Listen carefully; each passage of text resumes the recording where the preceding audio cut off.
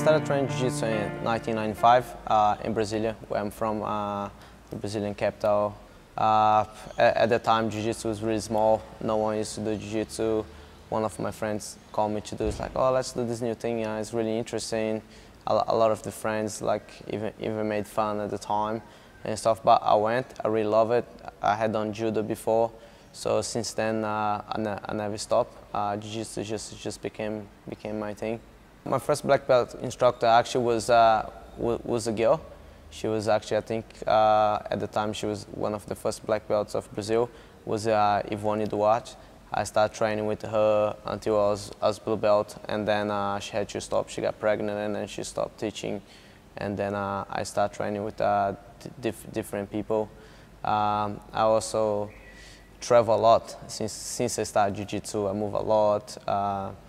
Since my parents split, I changed cities, I changed states. By the time I'm 18, I was living already out of Brazil, living in many different countries. So pretty much with me, I'm every single belt I got with a different instructor. Every time I move, I start training with someone else, and just keep evolving my jiu-jitsu. And I think that was a great thing because they gave me like a very different approach for the jiu-jitsu. I learned a lot from different people, different styles. If you're gonna keep this hand, you're gonna keep short.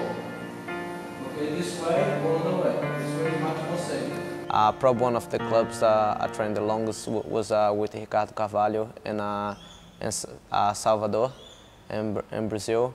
But then after that, I traveled to US, and then I started training a little bit with Strauss, Paulo Mauricio Strauss in Brazil, and he's the one there I really connected.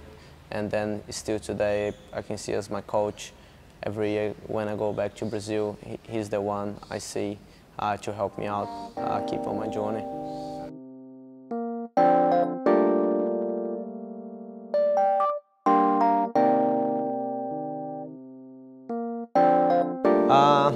That was, a bit interesting story because at the time I was living in New Zealand, and the reason I ended up in New Zealand was I was in US before, and when happened the World Trade Center attack, it was very hard to go back to US and stay there.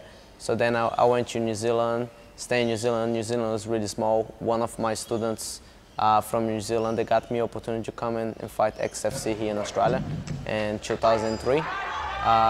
So I came to Australia to fight. I did a successful fight. I came again. I did another successful fight, winning XFC title, and then from that I have many opportunities here in Australia to teach. So that was great. And then since then I've been here on the Gold Coast. Now has been like 12 years. I started fighting mixed martial arts. I did it really well. At the time, the level of jiu-jitsu over here wasn't yet how it is now. I was pretty much the first black belt to fight mixed martial arts in Australia. I think they only had one in 1993, Maurice Perry, when he came. But after that, it was pretty much myself. I also, when I got here, was no black belts in Queensland.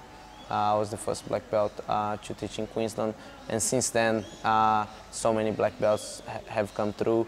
Not just Brazilians, but also Australians. And today, the level it's so much better.